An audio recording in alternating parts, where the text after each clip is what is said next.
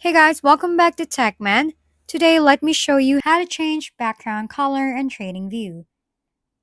Today, I'll be showing you how to change the background color in TradingView. First, go to tradingview.com and log into your account. Once you're in, scroll down until you see your chart. Click Open Full Chart View. This will open a new tab with your editable chart.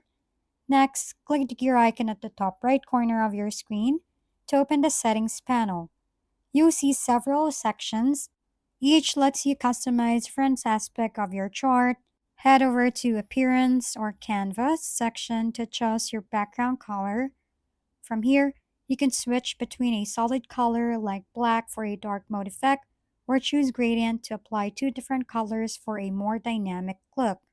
You can even tweak line or alert colors for better visibility. Once you're happy with your setup, simply close the settings and your chart will instantly update. And that's how you can easily change the background color and TradingView.